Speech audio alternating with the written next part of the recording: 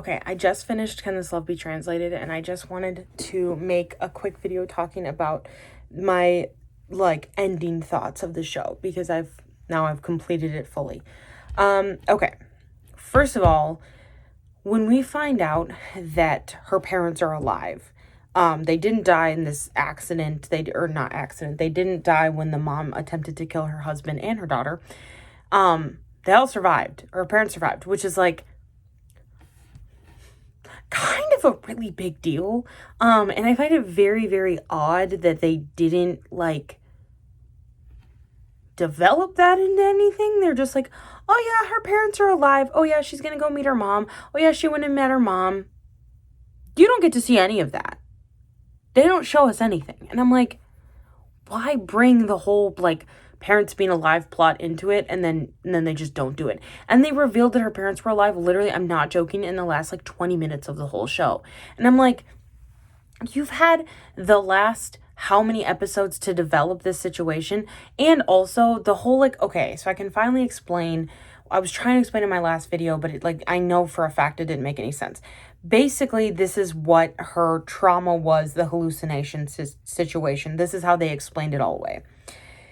When she was little, she lived with her parents, whatever, had a fine childhood. She didn't see her dad very often, but she was really excited one day when he came home and it was her birthday.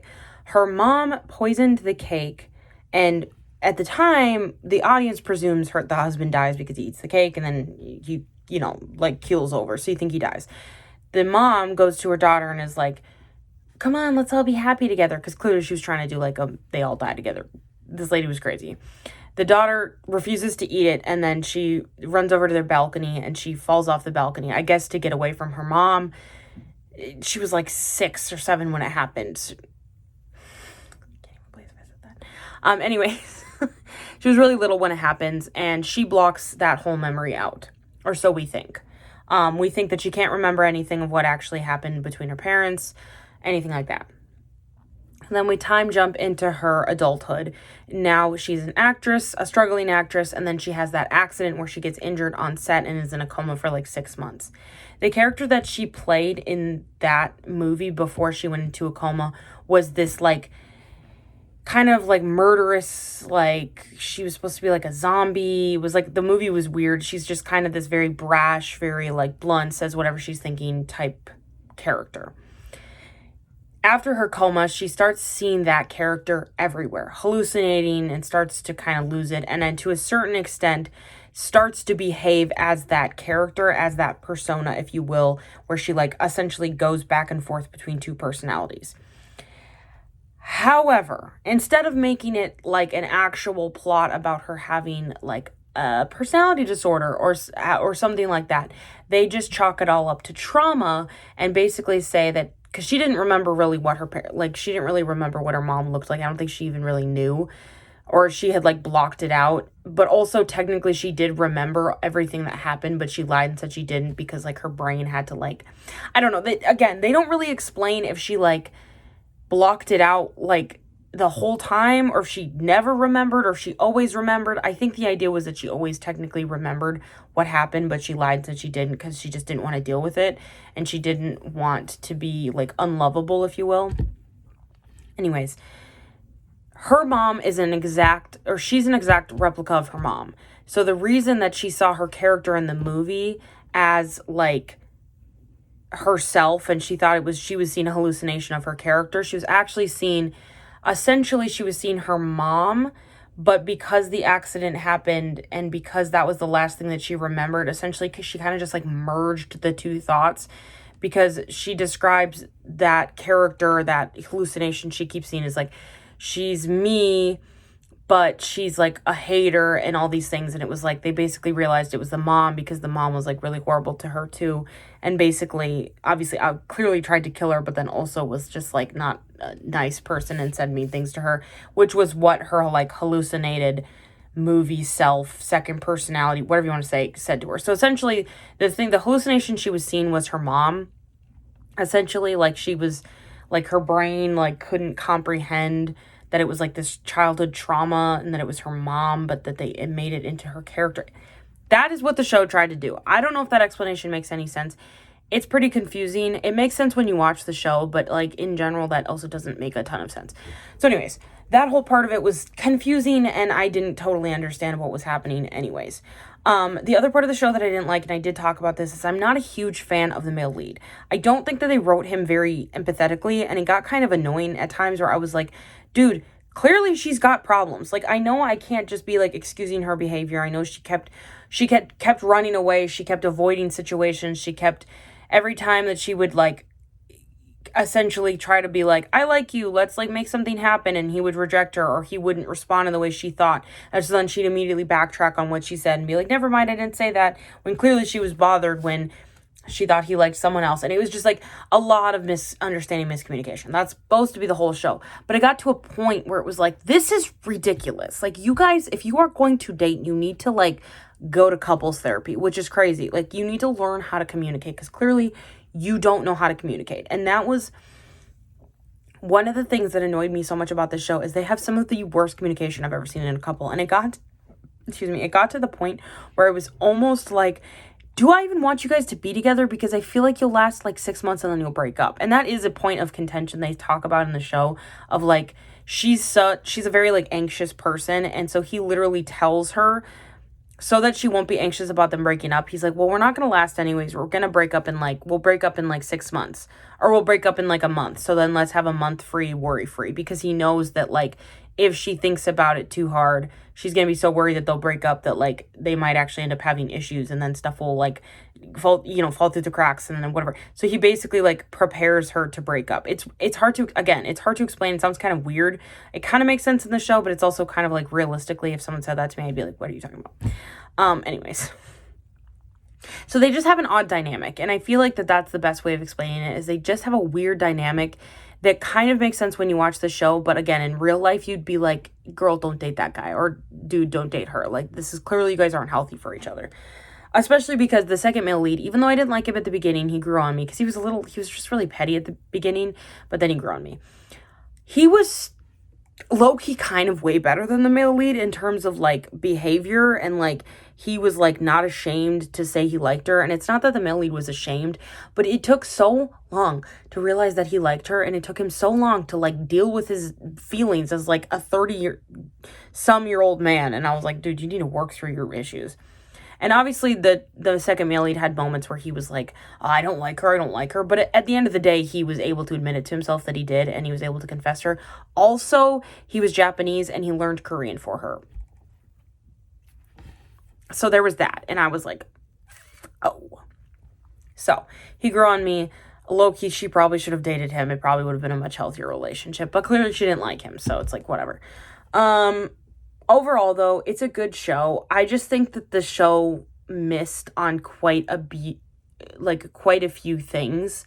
I think that they could have done more with a lot, and they kind of just gave up at the last episode, I think, and we're kind of like, oh shoot, we need to wrap up a bunch of storylines. But here you go.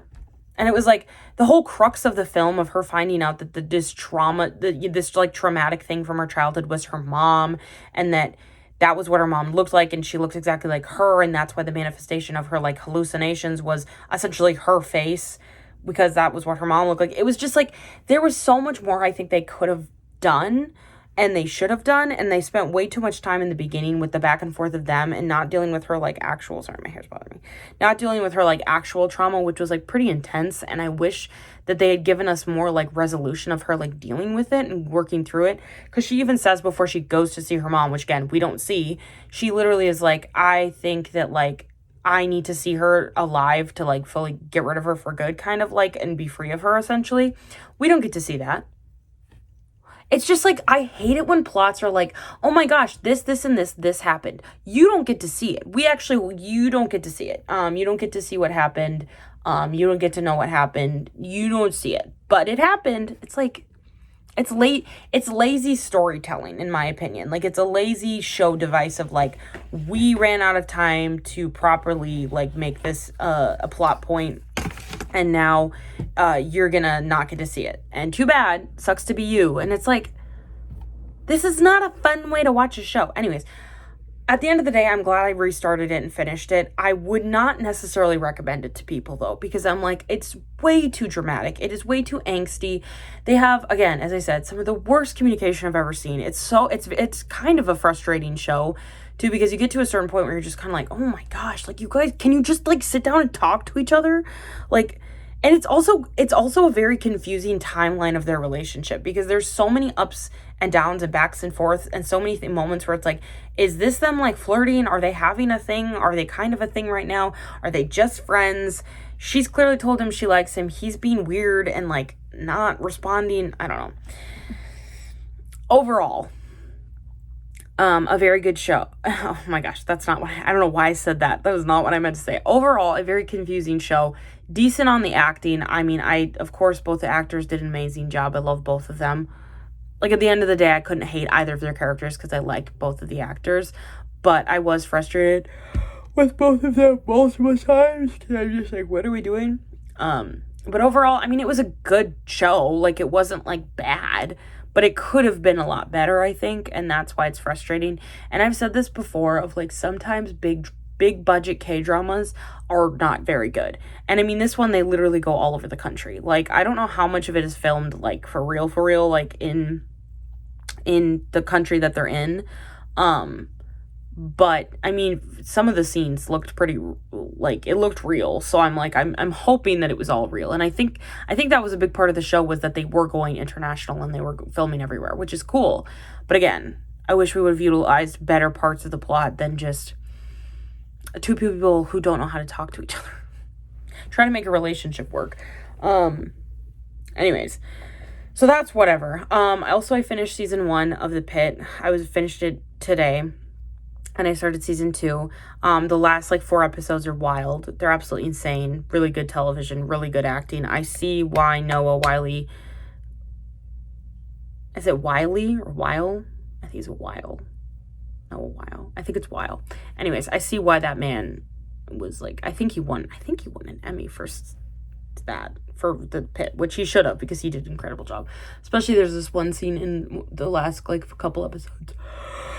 I was like, whoa, literally.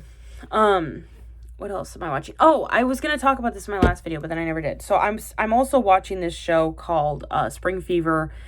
It's fine. It's a very typical romantic comedy vibe. I'm not gonna sit here and pretend it's something crazy and amazing. It's fine. I can't stand the second couple. They're so annoying. Whatever. The main couple, it's good, but they also got together in like episode like 6, 7-ish. I keep saying it. So I'm guessing they're gonna break up over something stupid, and it's gonna be really annoying, because it's not even a show where breaking up with someone would make sense, but somehow the show is gonna make it happen. It's also based on a webtoon, and supposedly the webtoon has some spicy scenes. And this show is rated 16+, which I think is very funny. I don't know if that's like PG-13 technically. I don't really know where 16+ sits. But I think it's very funny it's rated that, because this show is like the most I just keep eating pop-ups on my computer. There's like nothing like scandalous thus far on this show. So I don't know why it's rated that. I don't know if it's rated that. I think I've seen it might be for language, which again, I'm like, I don't think they've been swearing necessarily more than other times per se. I don't know. So I'm not really sure why it's rated that. I don't know if it's rated that because later on we're going to get some spicy scenes, which just kidding. I really like the male lead and I like the female lead, so I like both of them. They're both good. They're both doing a great job. Except for the tattoo sleeve being fake. I'm still mad about that. What else was I gonna say? Oh, I watching that. And then I was watching that Chinese drama that I'm talking about. I'm still watching that. I still like it. The characters are finally interacting more, which is nice, because I was like, oh my gosh, can you guys like start talking to each other in real life, not just in this game thing that you're playing. And then obviously now I've finished Can This Love Be Translated? So I think there's one, I swear there's this other show that I started. I'm only on episode 2. I've barely gotten into this show, but it's called Beyond the Bar. And it's like a lawyer show about a couple different main characters that all work at this law firm. I don't have any real opinion about it yet. I know that when it first was coming out, people were talking about it a lot, and I saw a lot of, like, clips about it, and I saw a lot of, like, random things. But I just never sat and watched it because I just didn't care that much. I'm watching it now. I like it, but I just haven't watched enough of it to really have a genuine opinion about it. I think it'll be good, and I thought that a lot of the cases, like, clips that I saw of, like, the cases for the people that they take on looked really interesting too. And I kind of like a lawyer show when they kind of solve one case in one episode, or even two, and then the next series of episodes is like another case. I like episodes that go like that. I think that's interesting, because sometimes if they're working on one whole case the whole show, it can be a little, like, tedious, and you're like, okay, I've been watching this many episodes, I've been watching 6 episodes about the same case. I'm getting tired of this case, unless it's, like, really interesting. So yeah, I'm watching that too. That was the other show I forgot about. It's just I haven't really been watching it consistently, because I've been watching The Pit, and then I've been finishing, obviously, Can This Love Be Translated, so I've been stuck in that for a couple days, but here we are, finished it now. Also, do you like my shirt? The cool aunt. My niece came over, so I got to be the cool aunt, of course, and she fell asleep on me. Yeah, so, anyways. Oh, also, I so wish I could show my phone case right now. I got a new phone case. It's clear, like, it's not interesting, but I put a photo card in the back. It's Wanu. So, everyone gets to see my man. And I changed the front of my photo card holders to my Ming Hao picture. And he looks adorable and sexy. I also kind of forgot that my phone case, or not my phone case, my actual phone is, it's like a dark forest green. And the photo card that I put in the back is kind of a darker photo card. So you actually can't totally see it. Like, it's not like, it's not like you see it initially. Sorry. Okay. I'm going to try to say that again. It's not like you see it and immediately see, like, you'll see it if you look at it for more than, like, 5 seconds. But it's not like, oh, that's a really bright photo card in the back of her phone. It's like, oh, wait, I see something. I see there's a picture. Because I'm like, I know I'm going to get a bunch of, who's that? It's my boyfriend, Kay. He's in the military right now, working a 9 to 5. And then he goes home to his boyfriend. So, what do you want me to say, Kay? I'm a weirdo. I'm weird. I don't fit in. I don't want to fit in. Why do you think I wear this stupid hat? Oh, Cole Sprouse. Oh, Jughead. What were we doing? That show was wild. Talk about a crazy show. That show was crazy. And it just got weirder every season. It just got worse. Also, I did put a new sticker on my water bottle. I actually put 2 new stickers. I have this Katara and Momo one. And then I have this little Lizzie McGuire one. Also, look how dented my water bottle is. Dang! I've dropped it a few times. One time, I told this Hawkeye. This is actually true. This actually happened. Okay. So there was this man. And we were talking, I'm not going to give context to who he was because you don't need to know. But it's just funny because the story is dumb. It's not that funny. But anyways, I had my water bottle. He saw my water bottle. And I made the joke that I always make when I drop my Awala because it's always super loud. I'm always like, oh, it breaks the sound barrier. He thought that was really funny.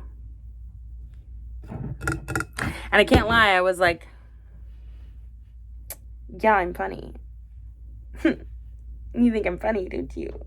You know what's really funny is when you say something that, like, you've heard before online and, like, you've adopted it as, like, a saying that you say, which I do that all the time. It'd be, like, a joke I saw online and I say that. And then the person's never heard it, so they think, like, you're just really funny. But you feel that, like, I should probably tell them that. Maybe that's just me. Maybe I'm just an anxious person. But I'm like, that I'm a fraud. That wasn't an original joke. Oh, you have to know I saw it on a meme. And then I tell them, and that probably kind of ruins the joke. But there's nothing like saying something that you think is really funny, but you've heard a lot of people say, but then you say it to someone else, and they've never heard it before, so they think it's, like, really, really funny, and then you just feel a little bit good. You know, you feel kind of good about yourself, and you're like, I am a comedian. What can I say? I have to pack my lunch. You guys, I have to get a bunch of blood tests tomorrow because I'm trying to get my period figured out. So my OBG that I was talking to was like, okay, well, let's get some blood tests and let's just check for a couple things just to make sure we're good before you start taking this medication. And I was like, okay, slay, let's do it. But I have to do it before work tomorrow, which is not something that I'm really looking forward to because I don't want to go to the doctor before work. Also, I don't mind getting my blood taken. I'm not like queasy about that. Like, it doesn't bother me. But I'm just like, I just don't like doing things before work because I'm like, I just don't want to feel stressed out and feel like I have to get to work fast. And that's how I feel. And I also feel like I have to prepare a lot of other things before I go to work. Like, I need to do a lot tonight. But I could also do it in the morning because I'm not eating because I have to fast from a lot of my blood tests. So I can't even eat until after I've had my test, and I'll probably eat when I get to work because I'm like, I'll eat my breakfast or whatever I bring for breakfast. And then I'll obviously clearly eat my lunch there too. Anyways, I'm just annoyed. It's fine. None of this is a big deal. We're getting my period figured out, which is the most important thing that we need to be doing. I am a little nervous though because I'm going on a medication that it's like a twofold medication, so it's like two different things in one essentially, and one of them is estrogen, and you can have some side effects, which I mean, all medication really has side effects. They're always like, there's a chance that you could have this and this. And the doctor did tell me that if like the side effects are too much, she's like, you can just like, we can stop. We don't have to do it. And I was like, great, because I don't want to have to deal with a bunch of side effects. But one of them is mood swings. And I'm like, oh, geez, I'm already kind of an emotional person. I don't think I want to have to deal with myself on mood swings. From a medication too. So not just like, oh, I'm having a bad attitude, I'm having a mood swing. It's like, no, it's just like a medicated induced mood swing. And also headaches, which I was like, oh, I don't want to deal with that. So anyways, let's all pray that I don't have any side effects from this medication, that it gives me my period and I get super skinny. Okay, that's the end. Oh my gosh, this video is so stupid. I really do genuinely, like, I say this I'm very genuine when I say this. I hope that the, like, 5 to like 100 people that have seen my videos think I'm funny, because I really do think I'm silly, and I think that I have good humor. I think I'm funny. I do feel a bit performative at times. I feel like I'm like, am I actually funny, or am I just being performative for the, you know, as I said, the 5 to 100 people that see my videos, because it's that big of a range really. And I just hope that there's someone out there who watches my videos and just goes, oh my gosh, that random weird girl posted, but I love watching her rambling posts, because I do this kind of talking just to myself. So it's fun to film it and actually get to make like a content. Ugh. So anyways, I hope someone's enjoying these videos. I mean, I'm sure some of my friends watch my videos. I hope they think I'm funny. Am I funny? Do you find me funny? So anyways, you know, we're just sitting here. We're vibing. I don't know if you can hear the washer in the background. It's really, really loud. If you can't, don't worry about it. Anyways, okay, I think I'm done. I think that's, oh, you can see my cut in that angle. Okay, oh, don't look at my nose. Bye.